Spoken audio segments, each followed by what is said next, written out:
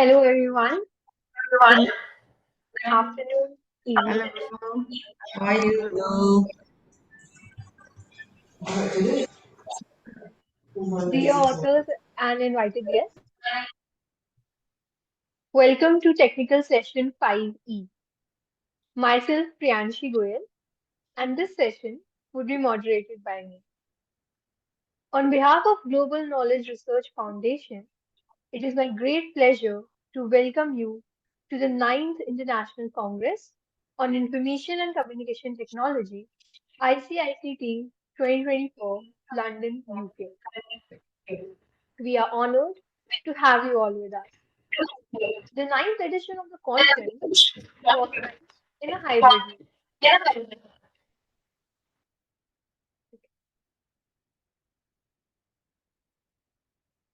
The physical event was organized in London, UK on 19th and 20th of February 2024, and the virtual event is being held through Zoom today and tomorrow, that is 21st and 22nd Feb 2024. I hope you will enjoy the knowledgeable sessions through the day. In this session, we have 6 presentations. Each presenter will be given 12 minutes for the presentation and 2 minutes for questions and answers. On 10 minutes, I'll raise a gentle reminder. There's another request to all the participants that you all stay connected with us till the closing remarks. If you have any query or update, then you can write it to me in the chat box. Just before we get started, I would like to introduce you all to the chairs for this session, Professor Vidya Ashok and Dr. Ruchi Nanda. Professor Vidya Ashok is an assistant professor at Manipal University, Dubai, with good teaching skills, comprehensive problem-solving abilities, leading and dealing effectively with multicultural environment, excellent verbal and written communication skills, ability to deal with people diplomatically, willingness to learn, and a team facilitator of science engineering. Dr. Ruchi Nanda is working as an associate professor and head in the Department of Computer Science and IT at IIS University, Jaipur, India.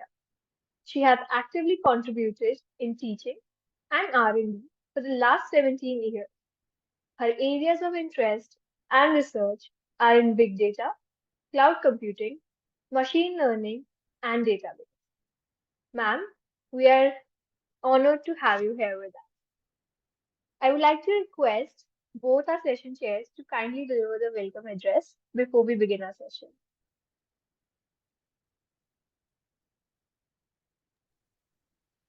Thank you, Anisha. I would like to thank all the organizers of GR team, Amit ji and the all team for organizing such conferences from time to time. And I wish all the best to all the participants for today's session. And I hope they will stick to the time and deliver their presentations. Thank you, ma'am. Vidya, ma'am. Good morning, everyone. I'm hoping that we'll have a very great session today, and it's really a true honor for me to serve. And I'm really very much interested to learn the journey what you had in research, exploration, and the discovery that you made. So I'm really very much gratitude to all towards all the researchers, scholars, and the participants. Thank you. Thank you, ma'am, for your kind words. Now, I would like to start with the presentations for today. First up, I would like to invite Ma'am Ika Nurul Kumari to deliver her paper titled Customer Perceived Value in E-Retail, How It Drives Social Media Sharing and Sales. Okay, thank you. Yes, ma'am.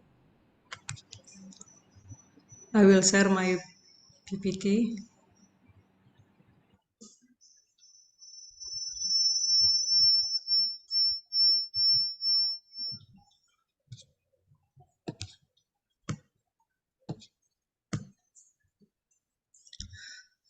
Hello everyone. I'm Ika Nurul Komari and Hasna Safa Khairunisa. I'm from Unitas Muhammadiyah Yogyakarta, Indonesia. I will present about title Customer Perceived Value in e-retail, how it drives social media sharing intention. Our conduct, my content of presentation, introduction, research objectives, literature review, research method, result and finding, conclusion, limitation, and implication. Introduction. Our study begin from the internet has become an integral component of the daily lives of a majority of people across the globe. The advent of this phenomenon has significantly transformed the operational landscapes of organizations as it has empowered consumers with an expanded array of avenues through which they may get comprehensive information about a company's offering and provision. In conjunction with the increasing influence of the internet on electronic business, the emergence of social networking sites has become apparent. E-commerce or online purchasing is one of the industries that the internet has endowed with limitless potential. This potential encompasses the provision of superior service quality. So a prior investigation revealed a positive correlation between electronic service quality, customer perceived value, and loyalty intention from Zahir et al. 2014.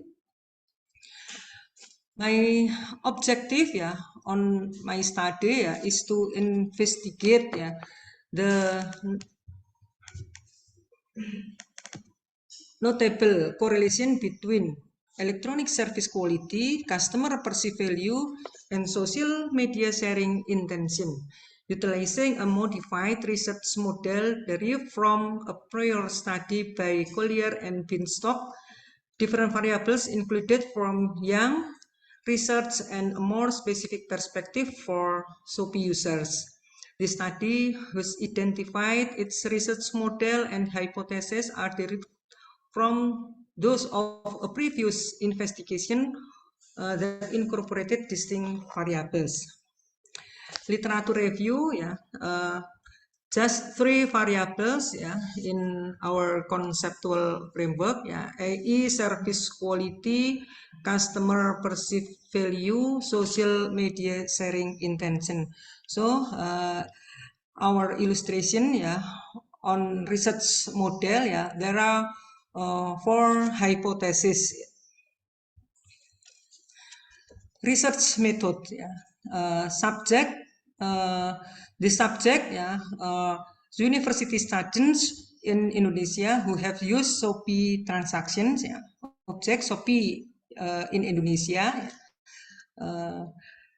Data collection through questionnaire via Google Form, sent via social media applications such as WhatsApp, Instagram, and Line in group or individually. Data analysis, descriptive analysis, simple linear regression analysis, multiple linear regression analysis, and hypothesis testing. Technique sampling, we use a purposive sampling technique. The characteristic is undergraduate university student and experience online shopping in Shopee at least 2 times transaction. So from 3 variables, we explain about the operational definition for electronic service quality from Stantos study. There are 4 dimension efficiency, conclude 7 indicators, fulfillment 5 indicators, system availability 2 indicators, and privacy 2 indicators. Next customer perceived value there are 4 indicators. And social media sharing, there are 5 indicators. Result and finding, Shopee or Shopee, is a commerce company based in Singapore. Shopee was launched in 2015 in Singapore and has expanded to several Southeast Asian countries. Shopee is the leading online shopping platform in Southeast Asia and Taiwan. Shopee is a region-tailored platform that provides customers with an easy, safe, and fast online shopping experience through strong payment and logistics support. Respondent profile, based on gender, there are 68% is female, and based on user payment, Shopee Pay 67%. Based on university, average, all university in Indonesia, based the province, Yogyakarta 33%.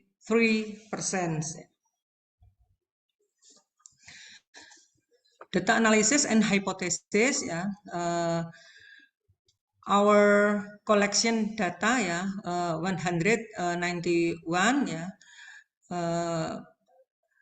from the respondent, the mean 98, for e-service quality, 25.12, for customer perceived value, and 30.65, for social media sharing intention. So all variables, reliability, all reliable, and from regression analysis, our point, in the last significance, last column, all under 0.05, so all variables, significant. For hypothesis testing, hypothesis 4, p-value, 0.002, under 0.005, so this mediation accepted. So our conclusion, there is a positive relationship between electronic service quality and customer perceived value. There is a positive relationship between electronic service quality and social media sharing intention. There is a positive relationship between customer perceived value and social media sharing intention. There is a mediating effect of customer perceived value on the relationship between electronic service quality and social media sharing intention. Limitation, this sample is limited in scope to university students in Indonesia. Limitation of possible factors that affect Shopee customer perceived value.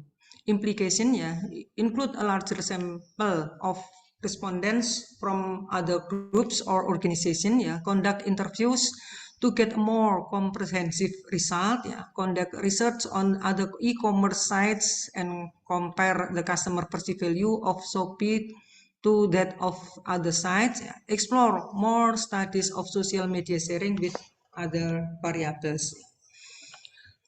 Research benefit, this research expected to be useful in the development of knowledge in the academic field and can be used as a reference source for further research, related e-service quality.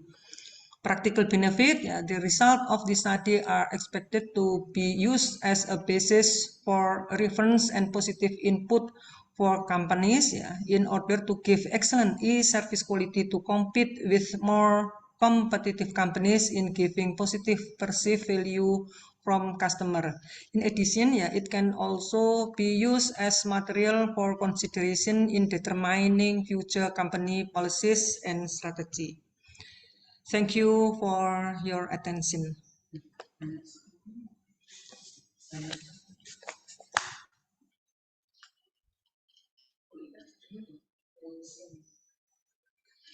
Thank you, ma'am.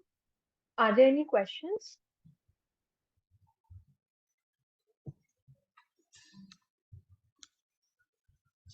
Am I audible? I would really appreciate the work that you have done, ma'am. It's really good that you have got respondents. I hope Thank you, that if ma'am. you increase the size, also you'll get a positive response. Yes, definitely. Data set size can be one factor that you can think. And I think the presentation she has made, we are all, matlab, you have concluded all the things in a very presented manner.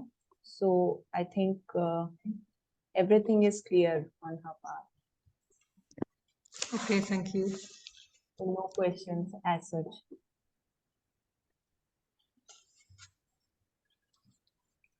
All the best. All the best for your future prospects. Thank you, ma'am. Thank you so much, ma'am. Uh, can you please stop presenting? Okay. Moving forward, I would like to invite Sir Sergio Consoli to present his paper titled Epidemic Information Extraction for Event-Based Surveillance Using Large Language Models. Sir, do we have you with us? Yes, I'm here. I'm ready to share my screen. Okay. Okay, sir. Thank you. Yes, I'm okay. So, okay. Yes, it's visible. Hello, everybody.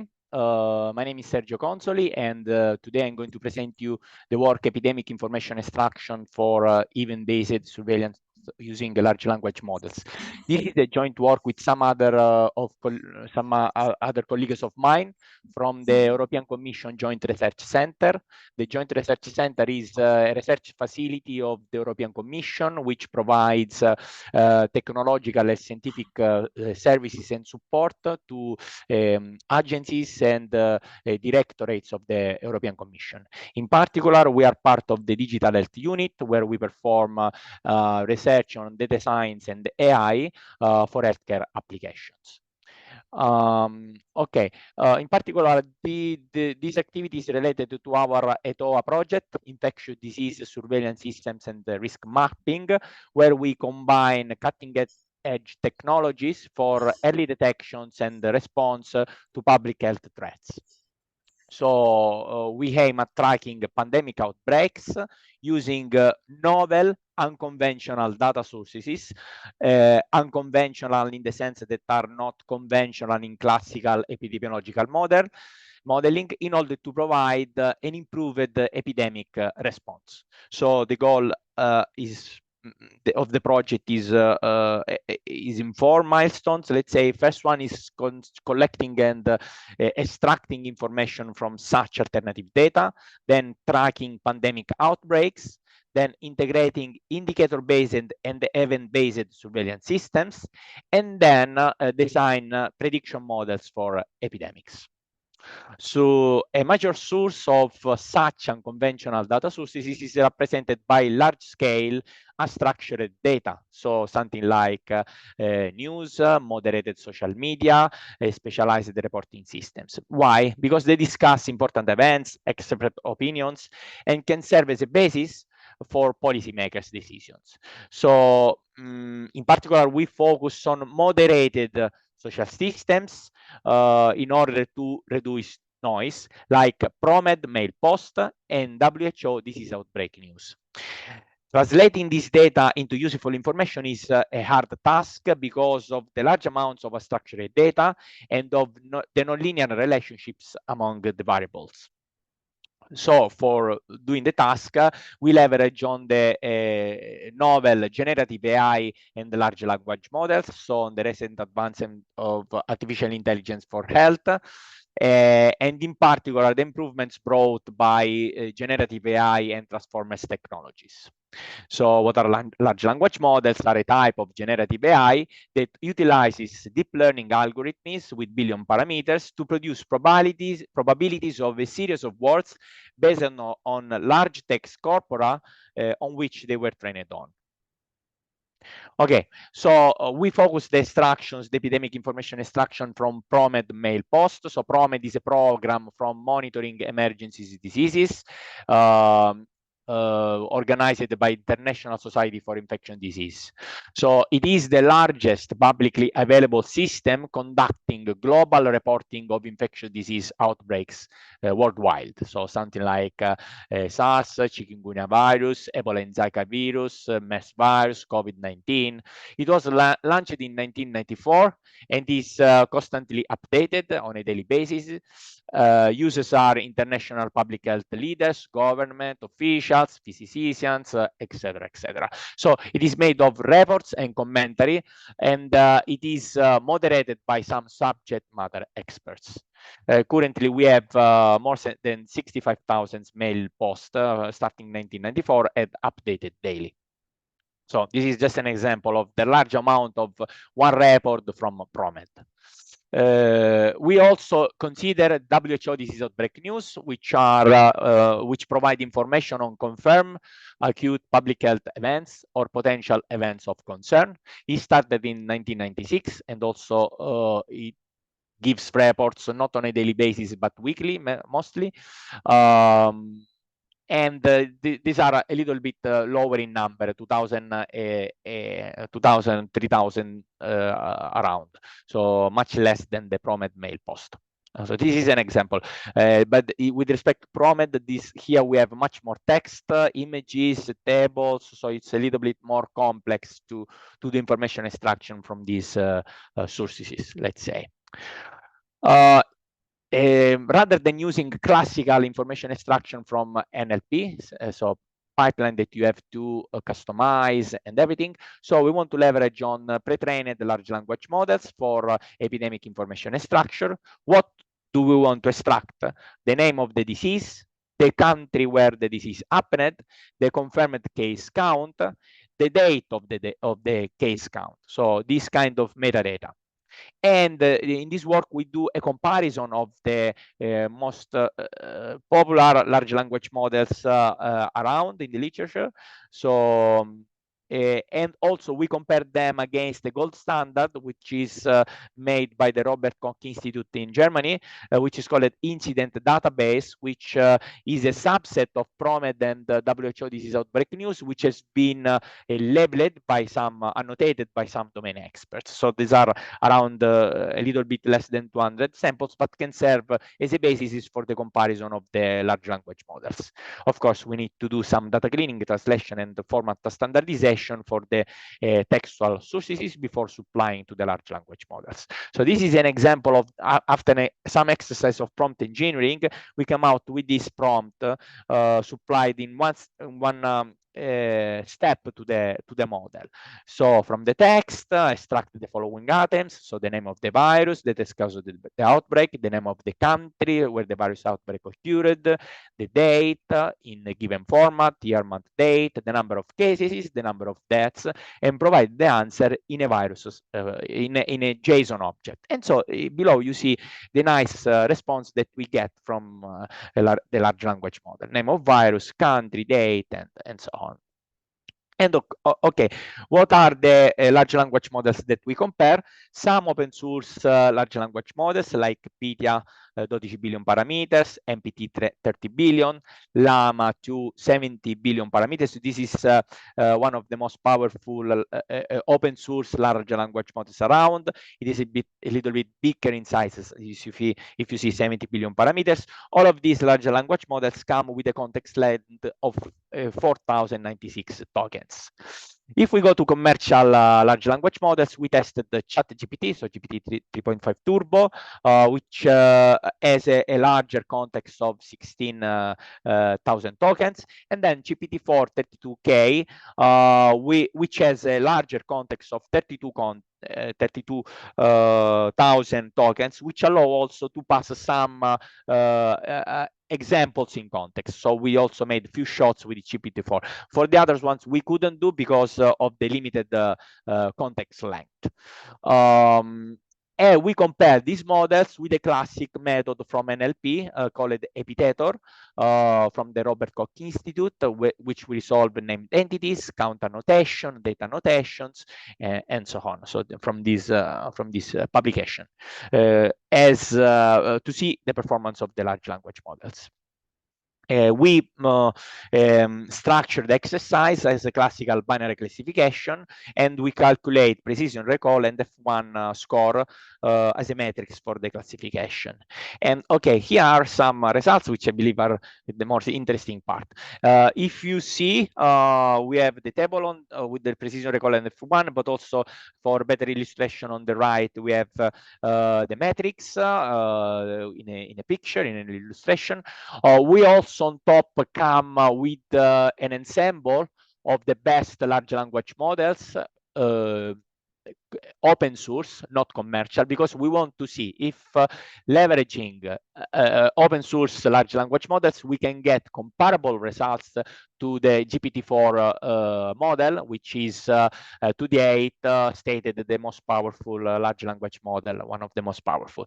So indeed, for the pandemic name extraction, we see that all the large language models perform better than the method in the literature, the epitator, with best performance obtained by GPT-4, Mistral OpenOrca, Zephyr.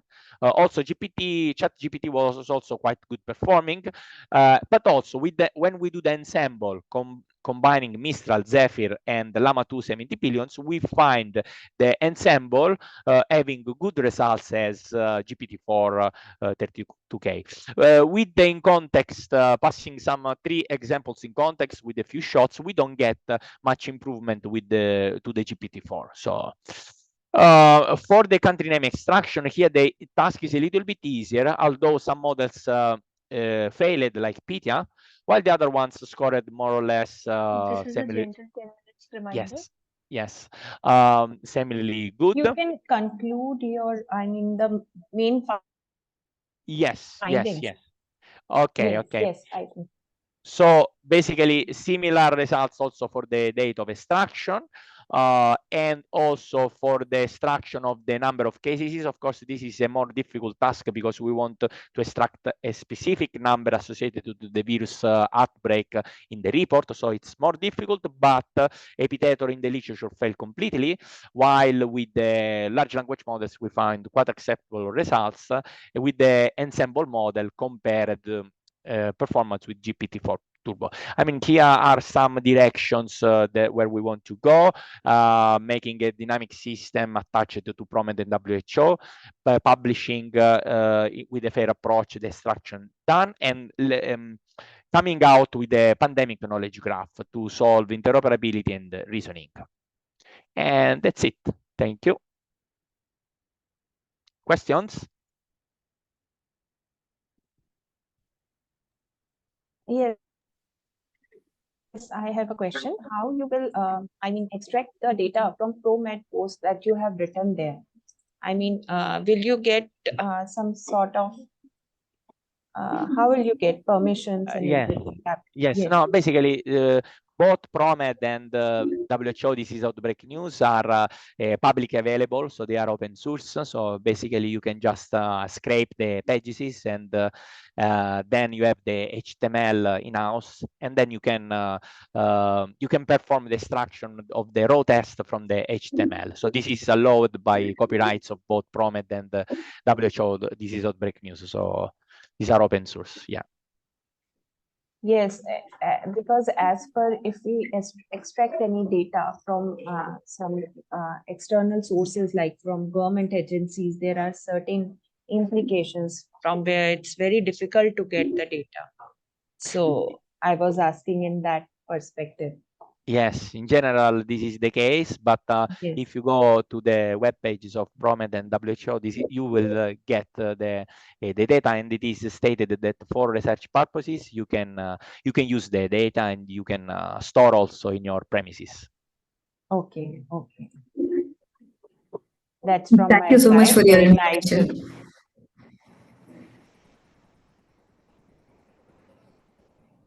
Other questions? Or...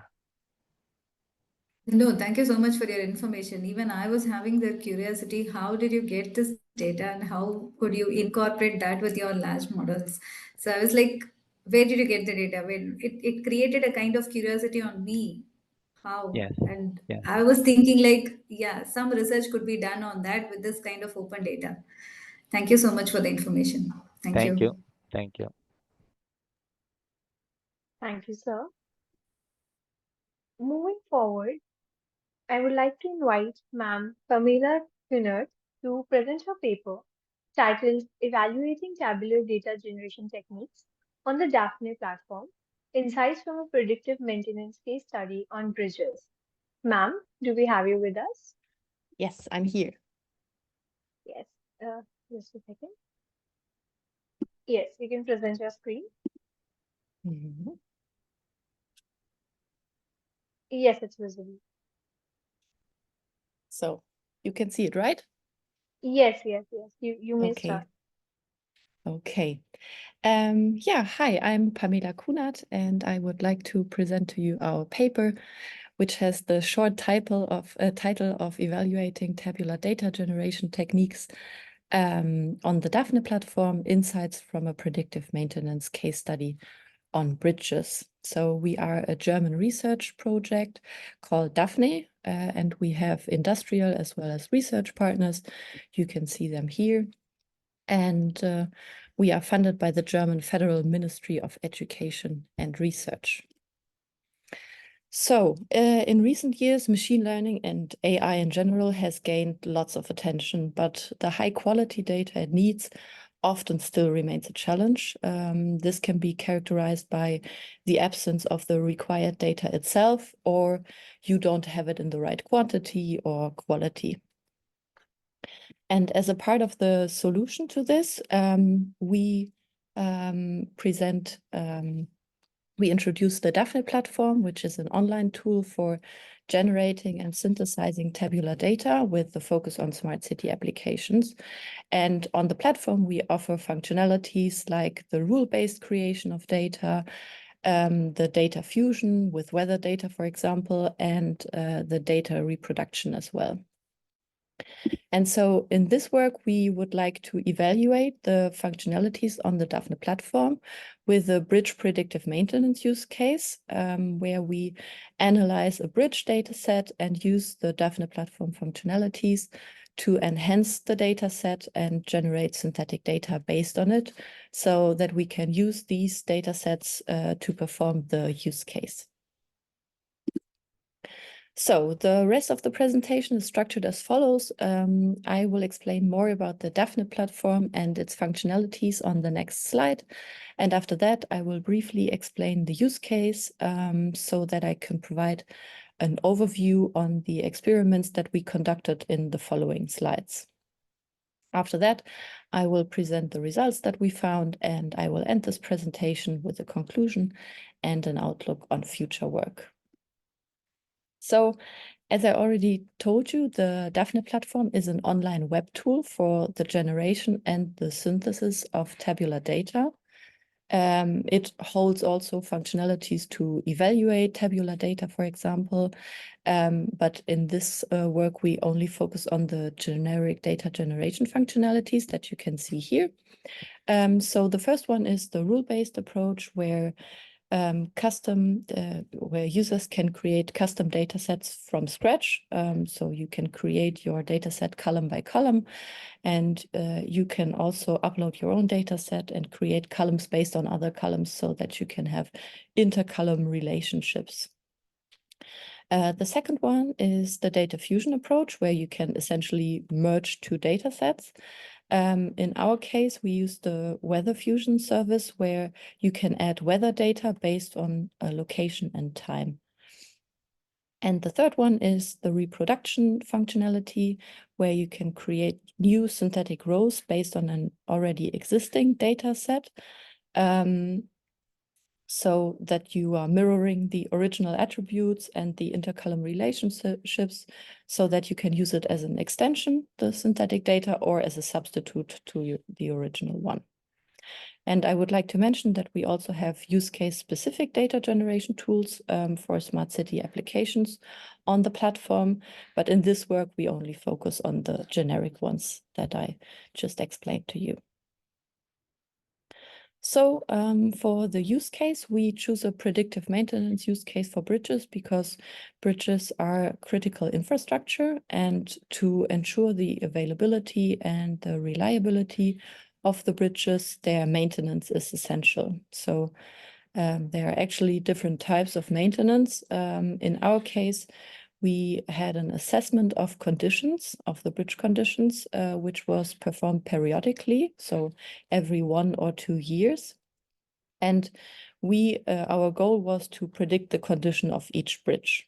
The bridge conditions are encoded as integers from 0 to 9, where 9 means perfect condition. So for the experiments, I will explain a little bit about the data that we used, as well as the algorithms, and I will shortly explain the metrics that we used to evaluate those. So as a base data set, we used the National Bridge Inventory, the NBI data set, which contains highway bridge data of all states of the US for 13 years. And the raw data has actually 130 features, so really a lot. But based on previous studies, we selected 24 features, 12 of them being numerical features like the latitude, the longitude, the amount of traffic lines, for example, and 12 of them being categorical features like the maintenance and the surface type. In the raw data, you can actually find 3 different conditions of the bridges: the substructure, the deck condition, and the superstructure condition. But in our work, we only focus on the deck condition rating. So we use the Daphne platform functionalities to modify, enrich, and synthesize the NBI dataset. And with the help of the rule-based service, we created new columns like a unique ID for each bridge, for example, and we call that dataset the original one. Following with the reproduction service, we created new synthetic rows based on the original dataset, so that we have a synthetic dataset that aims to mimic the original data itself. And then with the weather fusion service, we added 12 columns of weather data, like annual average rain, for example, for each bridge location, so that in the end we have these 3 resulting data sets that we use to perform the prediction of the bridge conditions. We report the results of these 4 models for the prediction of the bridge conditions. The first one is a multinomial logistic regression model, which is a statistical method for the calculation of probabilities. The extreme gradient boosting is a machine learning algorithm based on an ensemble of decision trees. The third one, the convolutional neural network, is a neural network architecture often applied to computer vision tasks. And the last one, the gated recurrent unit, is a recurrent neural network designed to handle temporal or sequential dependencies. So here you can see kind of like a summary of our experiments. You can see the 3 data sets that we used, all containing the deck condition rating that we aim to predict with these 4 models. So each of these 4 models trains on each of these data sets, and then we evaluate their performance with different metrics like accuracy and precision, for example. So let's come to our results. I will start with the reproduction service, or the synthetic data that we created with it. So the question that we asked ourselves was whether the synthetic data can be an adequate substitute for the original data. And to answer this question, we did a two-step analysis. The first one was a data analysis only based on the comparison between the original and the synthetic data. So we report all metrics in our paper, but here you can see two examples of column distributions. The green one is the synthetic data and the black one is the real one. So here we can see that the synthetic data is able to capture the distributions quite nicely. But there are also other cases where it doesn't match as good. And here on the right diagram, you can see a problem that we faced with unbalanced categorical features, where the synthetic data fails to capture the distributions and even misses some categories. So for example, the C2 and the C5 category would be missing in the synthetic data. So this is really still a problem. And then as a second step of the analysis, we did the prediction of the bridge conditions. So here was the expectation was that the synthetic data should perform as good as the original one, so that it can be used as a valid substitute. So here we present the results for the accuracy. You can find all the others again in the paper, but the patterns are the same. So here we can see that the synthetic data is doing okay, because the expectation was no gain in accuracy, but still it could be closer, especially for the gated recurrent unit. And then for the fusion service or the weather data that we created with it, we asked ourselves the question whether the added weather data would help in predicting the bridge conditions. And we also performed the bridge maintenance use case on it. And again, we here the expectation was that this data would really help to achieve better prediction results. And we can see that this is only the case for the first and the last one. So we studied the data here and saw that the weather data only showed minimal variation over the years because we used the annual averaged data. So, so we found that we need to extend the weather fusion service to also provide extreme weather features, like the amount of extremely hot days in a year, for example. So as a conclusion, we did the evaluation of the Daphne platform functionalities with a bridge predictive maintenance use case, and we found some room for improvements for both of the services. The first one being the synthetic data quality and the underrepresented categories, and the second one is to provide a broader range of weather characteristics in the weather fusion service. And that was it. Do you have any questions? Yes, I have. Hi Pamela, thank you very much. Very nice presentation. The topic of synthetic data generation is always a hot topic, and especially for my group where we work on medical data. No, I was wondering, you put in the comparison some models like the CNN, the XG Boost, and then also the GRU model, which is a recurrent neural network. And I was wondering how does it fit with the comparison, because you don't actually have the time dimension in the task. So this I didn't get. We have actually the temporal or the sequential characteristics, because we have 13 years of data for each bridge that we are looking at. So it's actually time series data. Okay. Yeah. So basically you train on the past data and then you predict some next data points in your time series. Correct? Okay, I understand. Exactly. Yeah, I understand. Okay. And also I was also very curious to test the tool, and I've tried the website, so the Daphne project, the website, but actually registration fails. Yeah. Actually, we are migrating the whole platform to a new system in the next weeks. So after that, we will open the registration process to everyone. Right now, it's only really, very limited. I'm sorry for that. Okay, no worries. Thank you. Was overall very nice presentation, and I think now participants are having queries and there is discussion going on.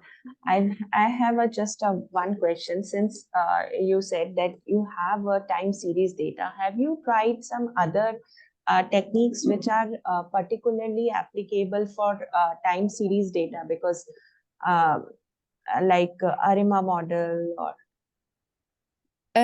Yeah, we tried an LSTM yes. as well. And I'm actually not sure whether also different ones, but also an LSTM, but we choose only to report the results for only one model for each category, I would say, because the results weren't actually not that different. Okay. So, in that case, I mean, you have tried these things, or maybe in future, if you want to apply these techniques as well, I think you can get maybe certain different results. Yeah, I totally agree. Yeah. Okay, that's from my side. Any other questions from anyone?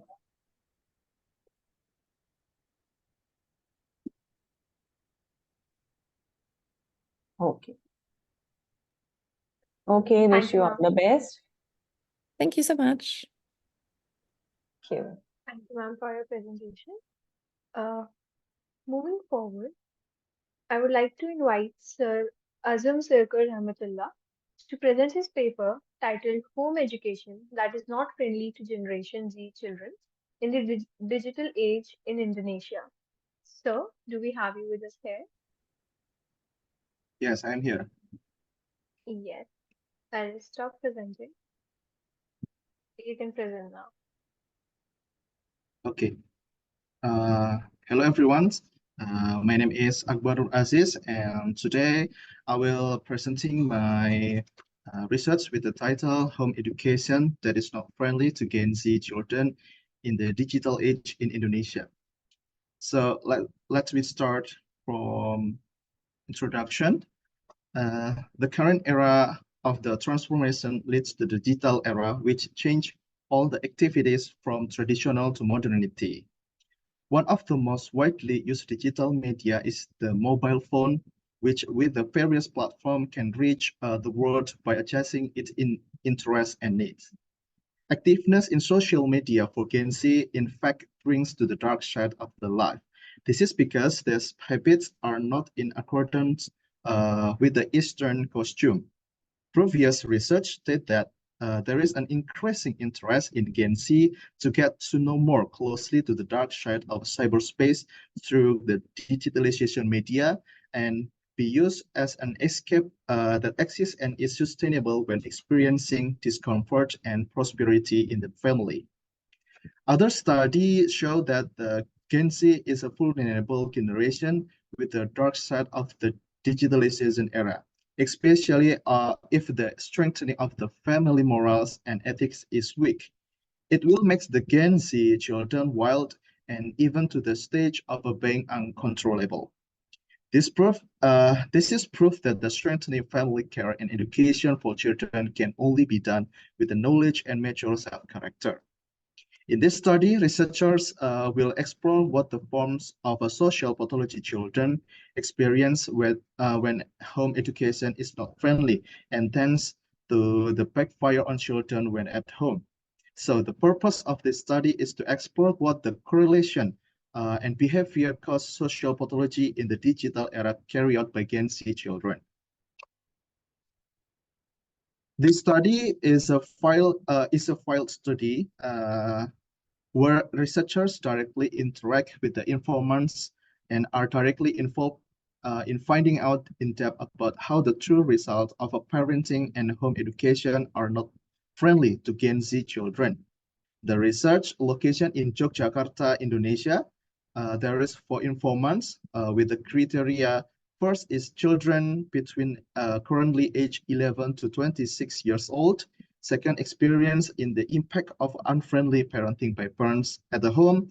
Third, undergo behavior that leads to social pathologies. And fourth, social pathology is carried out for at least 6 months. Next, for the results and discussion, first is a digital-based social pathology behavior of a Gen Z in Indonesia.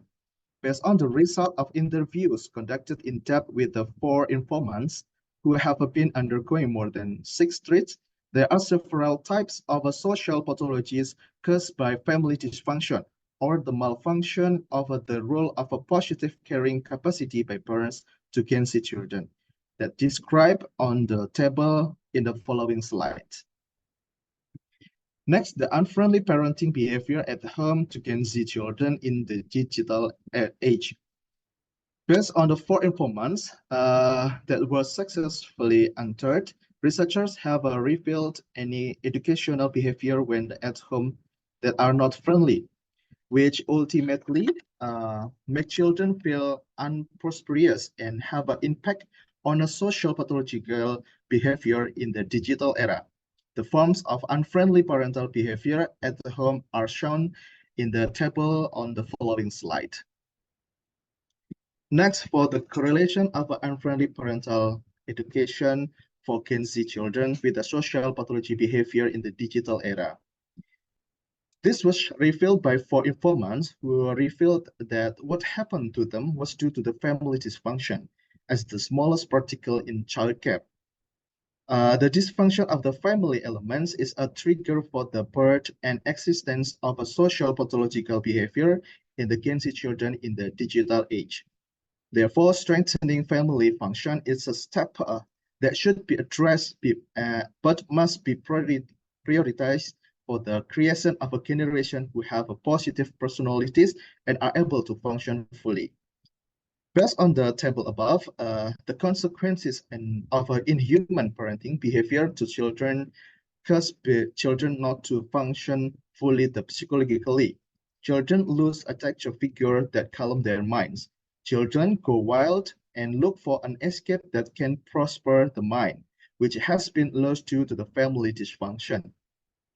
If referring to children problems caused by unfriendly home education by parents, then in accordance with what was conveyed, further the strengthen and statement that the host is the first formation of a children's character, which will later show the quality of the children's behavior. In other words, how true children's behavior can be seen for the quality of education and childcare. Children who are born, educated, and nurtured with a positive and consistent quality will produce a positive and consistent parenting products, have a positive personality, and do not easily enter to the realm of a social pathology. Why? Because the moral fortification are strong and strengthened. Children's self-awareness has a function, and positive children are fully aware to the social pathology behavior is not the main way to solve some self-problem, even though a problem are deserved and varied. The implication of this study could be surveillance of over-reliance on technology as an unsupervised can have a negative impact, including lack of independence, exposure to the age, inappropriate content, and the mental health risks. Parents have a central role in shaping positive home education. Their awareness of the influence of technology, the importance of social interaction, and integration of cultural values are crucial.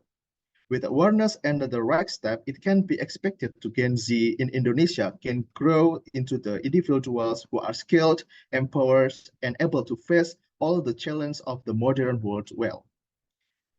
So, based on the explanation that has been described, it can be concluded the social pathological problems experienced by Gen Z children are primarily due to the family dysfunction.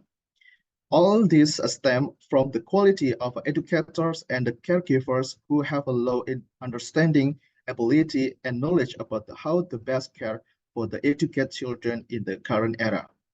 If the quality of education and the care is friendly and pro-child does not mean pampering the children, it still follows the positive parenting standards.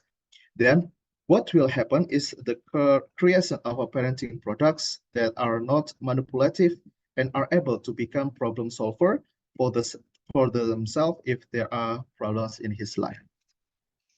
Okay, everyone, I think that's all for my presentation. Thank you. Thank you so much, sir.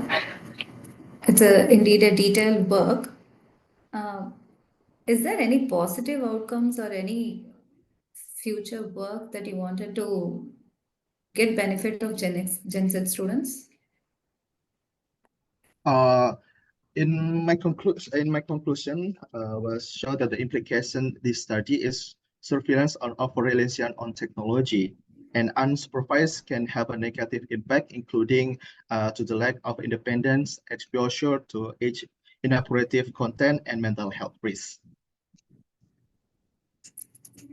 So, is there any positive outcome or any such apps that could be developed to enrich their future?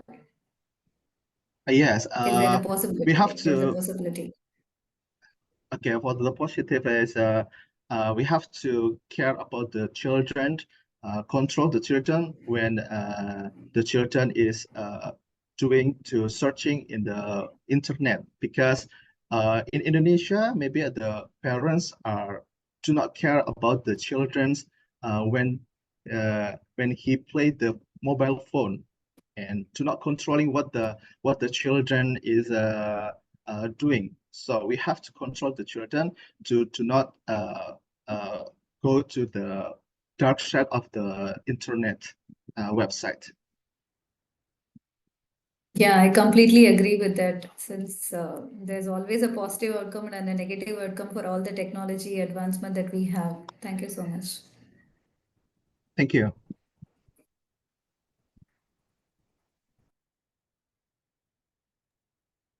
Are there any more questions? Okay. Thank you, sir, for your presentation. Thank Moving you so much. forward, yes. Moving forward, I would like to invite Ma'am Ernie Servanti to present her paper titled The Effects of COVID-19 Pandemic on Banking Performance in Indonesia, Risk, Good Corporate Governance, Earnings, and Capital. Ma'am, do we have you with us here? Okay, thank you. First of all, I would like to introduce myself. I'm Arni Servanti. I'm from Universitas Muhammadiyah Yogyakarta, and I will present my paper with the title "The Effect of COVID-19 Pandemic on Banking Performance in Indonesia." And I will assess the risk, the good corporate governance, earning, and the capital.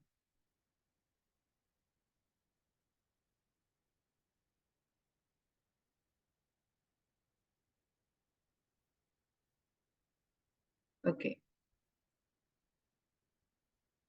The Bank of Indonesia is a central bank as authority to supervise the banking health to maintain the health level of the bank.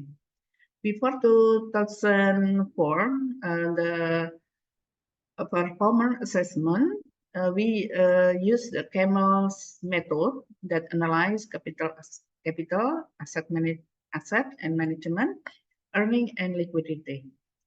And on 2004, this performance was updated using CAMELS method by adding sensitivity to market risk. On 2011, the Bank of Indonesia circular new regulation, the bank performance assessment of the health level is carried out using RGEC model. RGEC model is risk, good corporate governance, earning, and capital.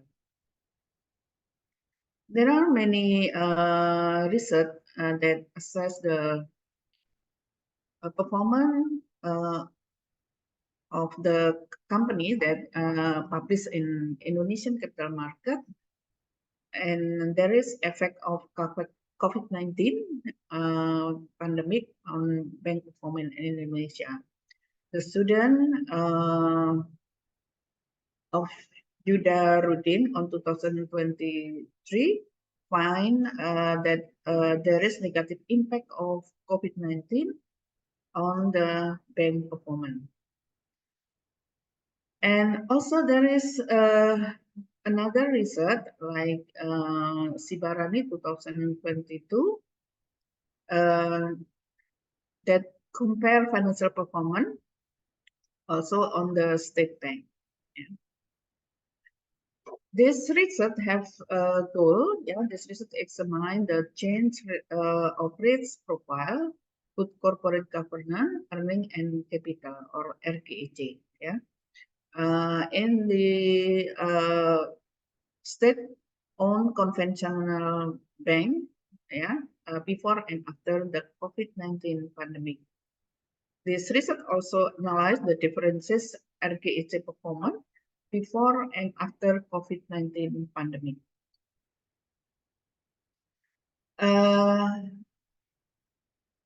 This is the research model. I analyzed the change financial performance.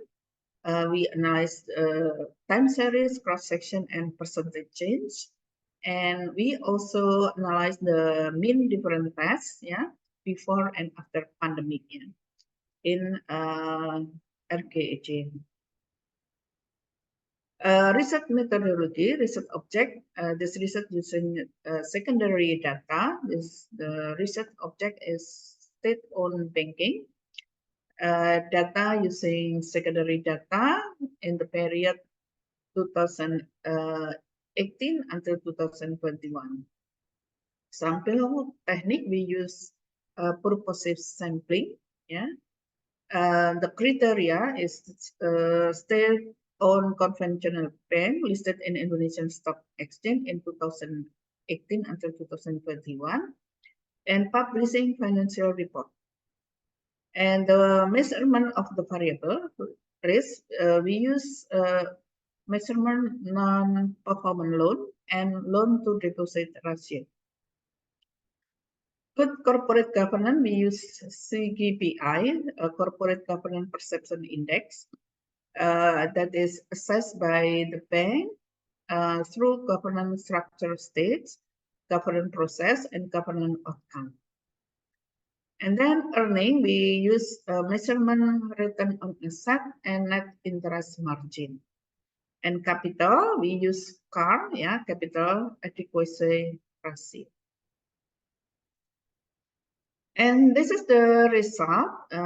We can see in the statistic descriptive and the risk that we measure with non-performing loan. Yeah, and after pandemic, there is increasing non-performing loan, and loan to deposit ratio, there is decreasing loan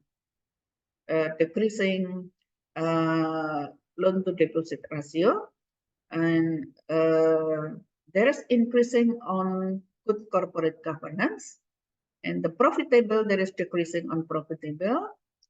That is measured by return on asset and net interest margin, and also there is increasing on CAR. Yeah. And the time series analysis, yeah, we use percentage analysis and cross-section analysis. And the performance of state-owned bank is analyzing using time series and cross-section. Time series was carried out to see the change on RKEJ performance of state-owned bank in Indonesia, that analyzing using percentage change analysis to see the change on NRKC based on the basis year, yeah, on 2018. Cross section, we analyze using comparison with industry performance, and this is the result of the time series analysis. Yeah, we can see the change in risk, good governance, earning, and also capital. When we compare with the industrial, we can see in here we use for bank state-owned conventional bank. We can see that on average, the performance is under than industrial performance. In non-performing loan, so that the number of loans that are not paid. This condition occurred on 2020 when the pandemic began. This condition doesn't indicate a significant increase on non-performing loan in all state-owned bank in Indonesia, and 2021 it will show a decline. So loan to deposit ratio, which state that each bank from year to year, it shows that loan to deposit ratio of state-owned bank has decreased, which means that the use of third parties allocated to providing credit by state-owned bank in Indonesia has decreased. Good corporate governance, based on the percentage change analysis on CGPI, it stated that the banking good corporate governance saw an increase. During the pandemic, bank continued to strive to maintain performance in good corporate governance. The average good corporate governance is close to industry performance. Two banks show that the good corporate governance performance is above the industry average. So COVID-19 pandemic hasn't affected good corporate governance performance. In earning ratio measured by return on asset show that there is a decline. And during the pandemic in each bank in the year since 2018, a sharp decline on return on asset occurred on 2020, and following year saw an increase. This condition evenly distributed across all own bank in Indonesia. Condition like this also shown the same condition when analyzed with net interest margin, which stated that on 2020 it expressed a decline. 10 minutes reminder. Okay, and then apparent increase in 2020. So based on the cross-section analysis, return on asset of the bank, it showed that it is above industry average. The capital, the result also there is decreasing CAR during pandemic, and the post-pandemic period, the average CAR increased in 2021.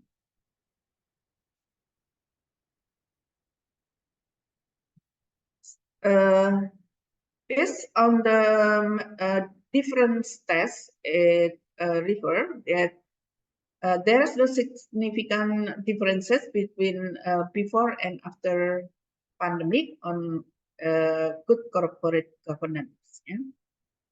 But there is different performance on non-performing loan and also on loan to deposit ratio. And in earning, based on the different tests, there is no significant differences between before and after pandemic. In the capital, there is also do not show there is differences performance before and after pandemic on capital adequacy ratio. So in the conclusion, the analysis finding indicate that bank profitability and capital fell, and the credit and liquidity risk increased because of pandemic. Corporate governance tended rise yearly, and following the pandemic, the capital increased after declining during the pandemic. The factor of excellent corporate governance, profitability, and capital didn't show significant change in performance before and after pandemic. According to the differences analysis, there is no difference in performance in corporate governance, profitability, and capital. But for the risk, this is so there is significant differences before and after pandemic.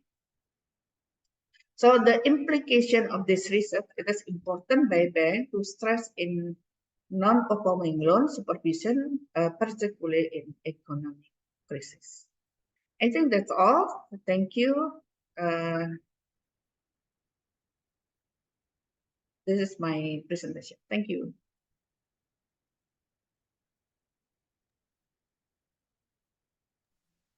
Very nice Thank you so much, presentation. ma'am.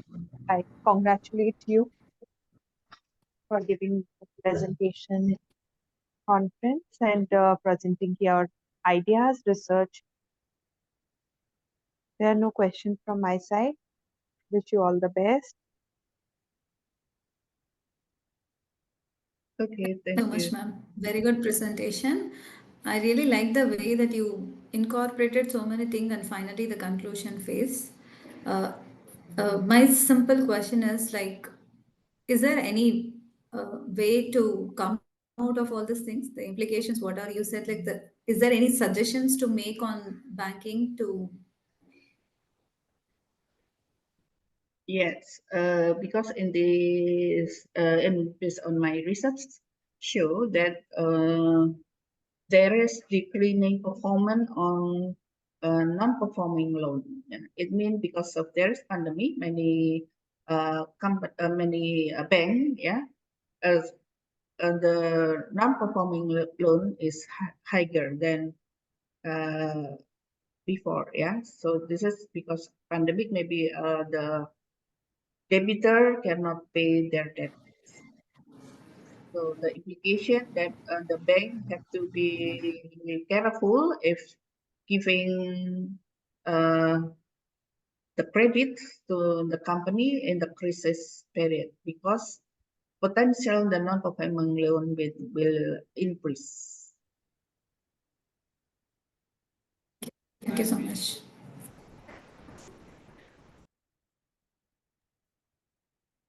Thank you, ma'am, for your presentation.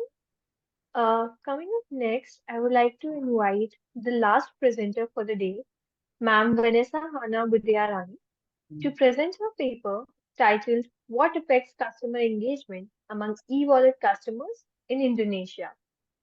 Ma'am, do we have you here with us?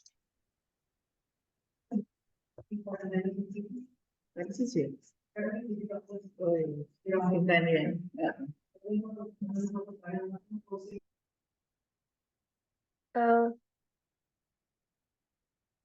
Ma'am Vanessa? Yes, I'm here. Okay, yes, it's your turn. Hold on. Yeah.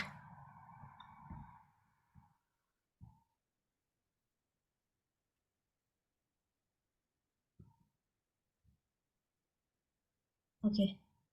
Is my screen can be seen by the others? Yes, it's Okay. visible. Thank you so much for the opportunity. Greetings and good morning to the participant and the committee of ICICT 2024 in London. My name is Vanessa Hanabdiarani and I'm from Gajah Mada University, and today I would like to present our research paper titled What Affects Customer Engagement Among E-Wallet Customers in Indonesia.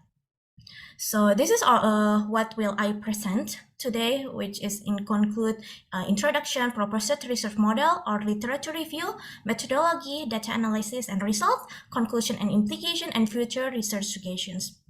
So I will begin to explain the introduction. So e-wallet has been one of the most popular and most rapid payment method in Indonesia, and it shows by the increasing number of user, which is more than 300 since beginning of 2020, and the users of e-wallet in Indonesia expected to be rising, and Indonesia also ranked first among other Southeast Asian country.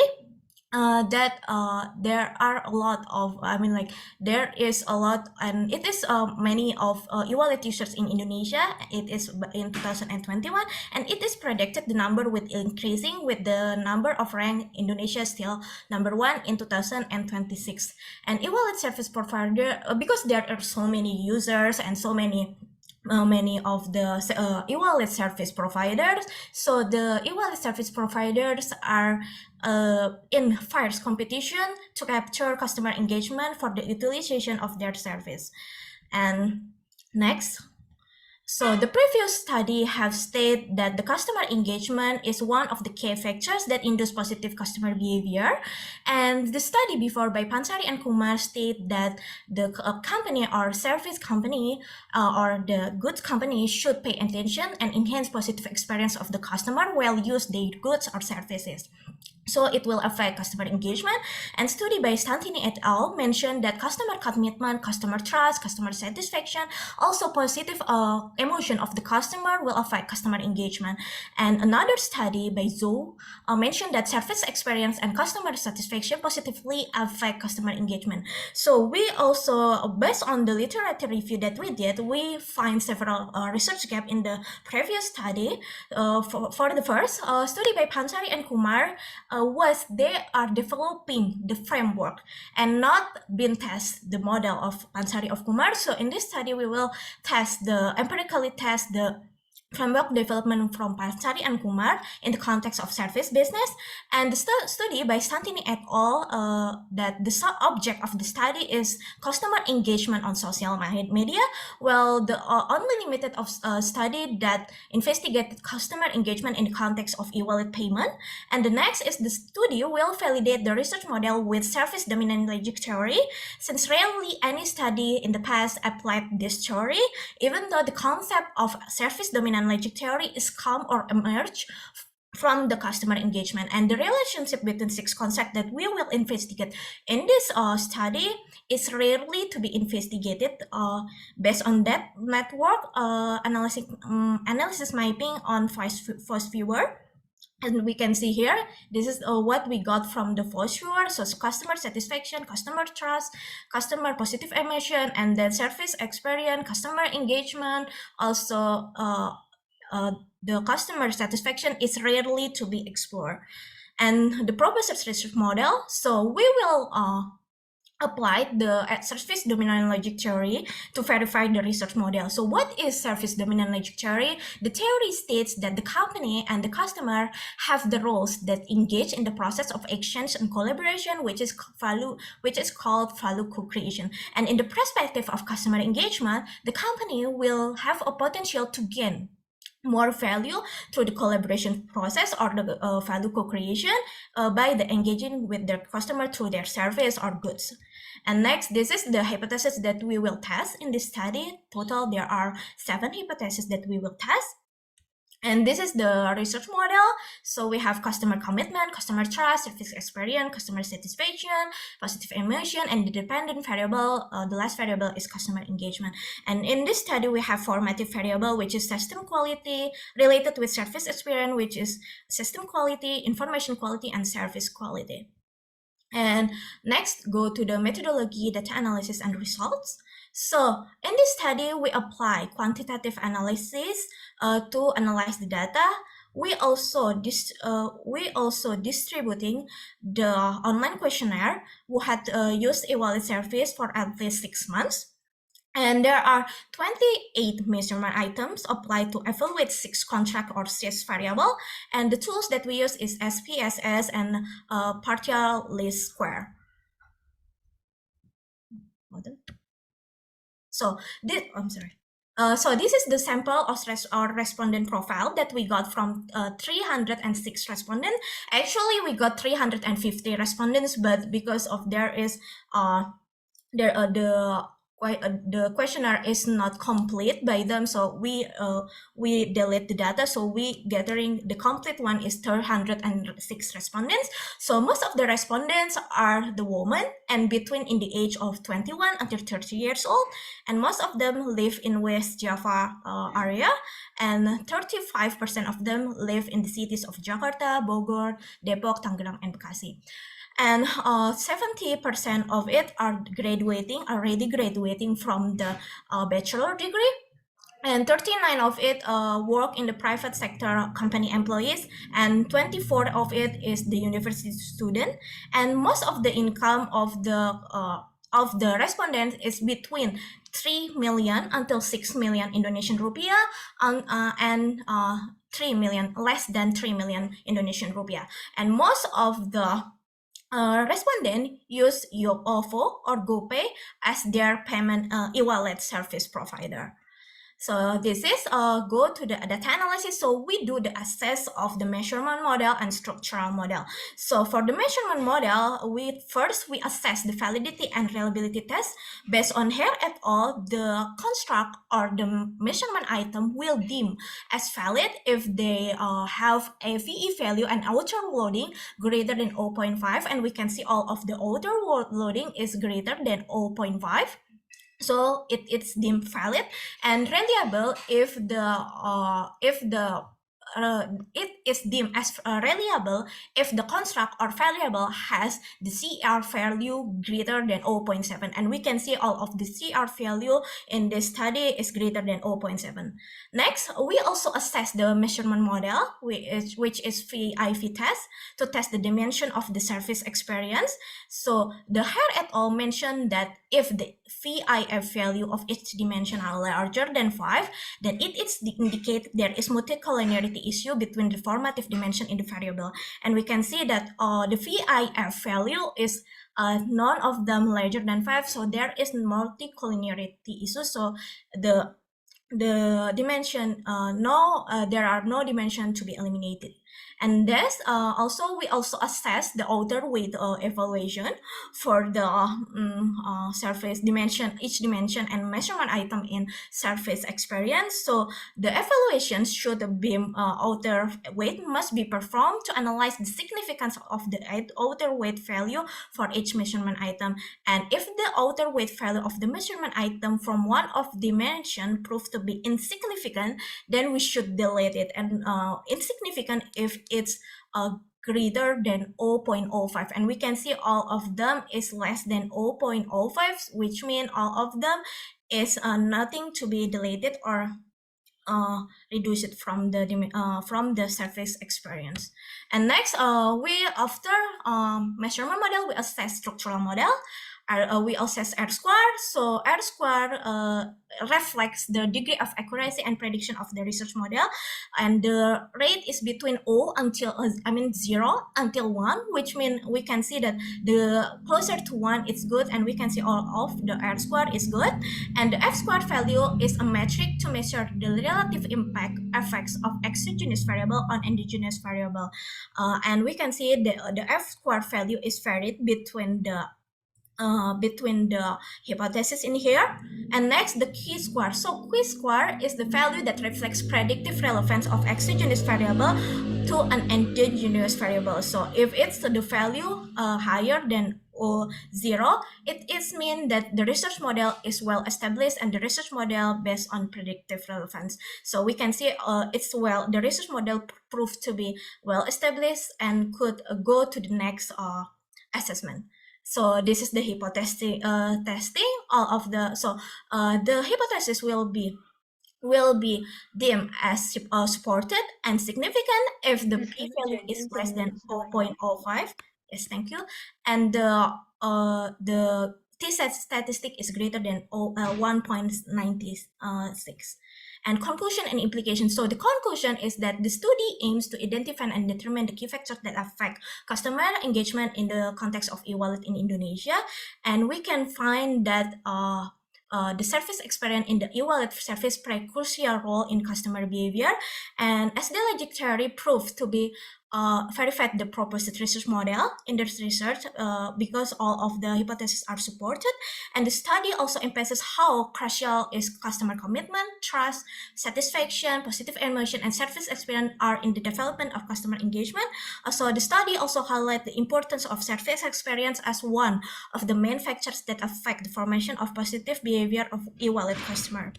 Next, the implication, we have theoretical and practical implication. For the theoretically, so this study is one of the few study that applied the SD logic theory to evaluate customer engagement model, and the study also one of the few study that examine critical importance of service experience among Indonesian e-wallet users, and the study also developed and verified a comprehensive proposed research model to explain customer engagement based on earlier study, and e-wallet service provider are expected to form a marketing strategy program to enhance the positive behavior and attitudes of customer to engage with their wallet service. Also, e-wallet service provider also expected to enhance and improve their service quality to allow the customer to have great service experience. And last, e-wallet service provider also could improve the usability and efficiency, so it could increase positive service experience that are felt by customer. Next, the future research suggestions. So the future research suggestion may investigate the customer from one of particular brand of e-wallet service Indonesia to give a comprehensive explanation. And the second, the research model proposed in the study has not been integrated with customer loyalty or customer retention, which is the customer loyalty and retention born from customer engagement, or are as they are as the final behavior. And the last, suggested to add moderating or mediating variable to give in-depth understanding of customer behavior for e-wallet customer in Indonesia. So that's all from me. Thank you for your attention. If you have any question, you could ask me. Thank you for the opportunity.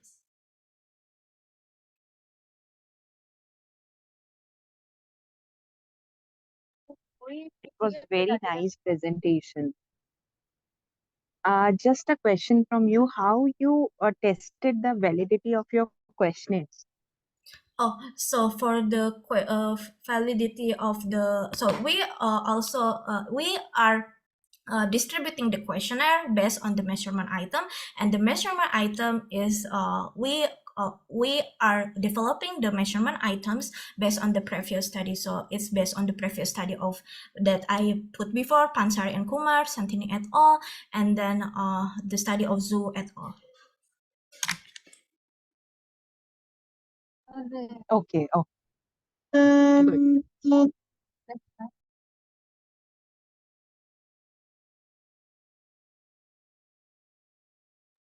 I think Anisha all have completed their presentations. Yes, ma'am. Okay. There are no more questions? Okay. So thank you, everyone. I sincerely thank you all for your excellent presentations and contribution to this session, and all our participants for being a part of this international conference. I hope this session was informative enough. We, on behalf of the whole team, thank you for the support during this ninth version and all the previous eight versions of the conference. We will be happy to have you in the 10th version in 2025 as well. All the presenters would be getting their digital certificates through email within 2 working days. Further, all the papers have already been forwarded to the Springer. The publication will be live within 6 months. Kindly cooperate with the team of ICICT 2024. I also thank our session chairs, Professor Vidya Ashok and Dr. Ruchi Nanda, for chairing the session. A token of appreciation to the chairs on behalf of the team ICICT 2024 and Global Knowledge Research Foundation and partners. Before we conclude, I would like to invite our session chairs to say a few words to the participants of the session.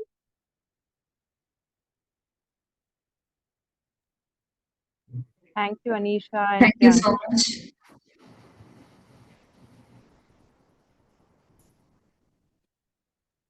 Okay. Yes, ma'am, you can. Thank you so much. It was a really a nice session. I could really feel that there's a different expertise in different areas. Like one is with COVID, and one is with e-commerce, and one with the banking sector. So I could really get into that. Usually, when we go for a conference, we get in only expertise area, and the specific platforms are being focused. So I really liked it. Thanks for sharing all the knowledge, all the researchers who has contributed very nicely. Thank you so much for the work. Thank you, ma'am. Ruchi, ma'am, would you like to add anything? No, Okay.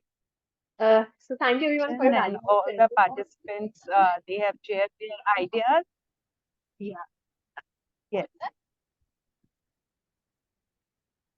So thank you everyone for your valuable presence. And at the end, I would like to request everyone to switch off your cameras for a quick snapshot of the virtual conference.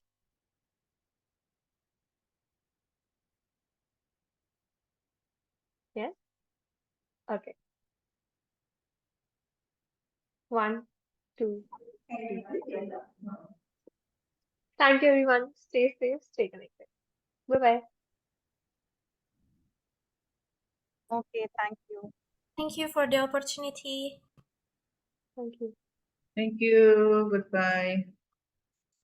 Bye.